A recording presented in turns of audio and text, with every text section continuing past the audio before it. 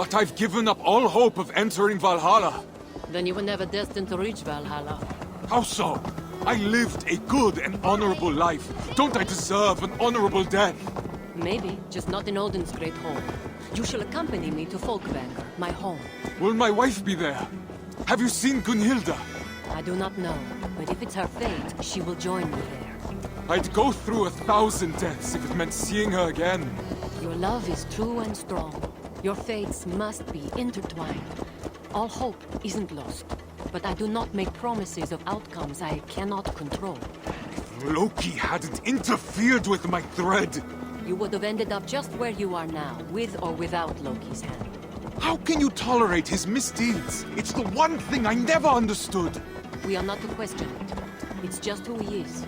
Loki, just as any of us, is a part of the greater scheme. But I know how you must feel. I've wanted to rip that smug smile of his from his face more than once. Almost went through with it one day. He must have done something awful. The worst thing he could possibly do. He stole my dear Brisinger men. One of your cats? No, my necklace. Oh. My most precious possession. I'd give anything for it. And I did. Because of Loki, 100 men gave their lives to Odin that day. But it was written. You cannot dwell on it.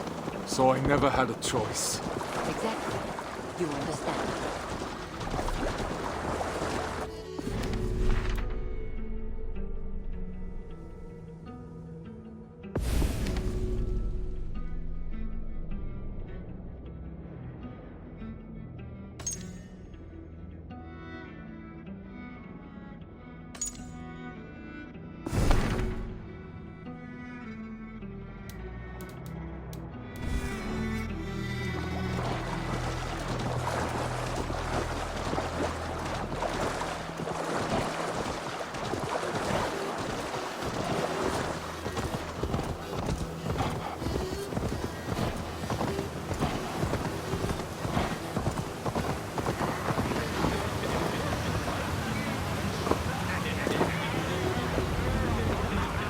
These doors will take you to Folkvanger, my kingdom. Afterlife of the slain and righteous. Just as luxurious as Odin's great hall. Thank you.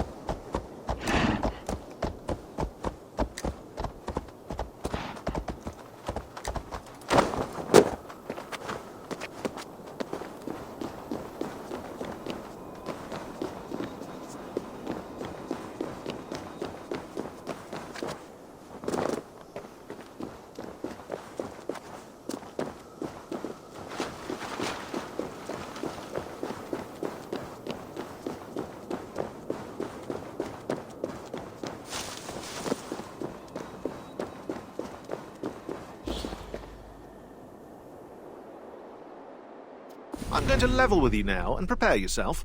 Vikings did not wear horned helmets.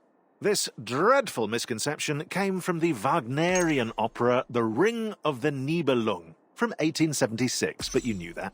Horned and winged helmets were at that stage part of the actors' costumes, a way for the warriors to seem more grandiose on stage.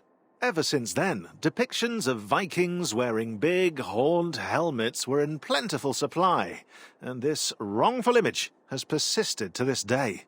Beside the fact that horned helmets would have been anything but practical on the battlefield, it seems that the very few ones found by archaeologists were only used for ritual purposes. So you can use that fact next time you want to ruin a Viking's Halloween party.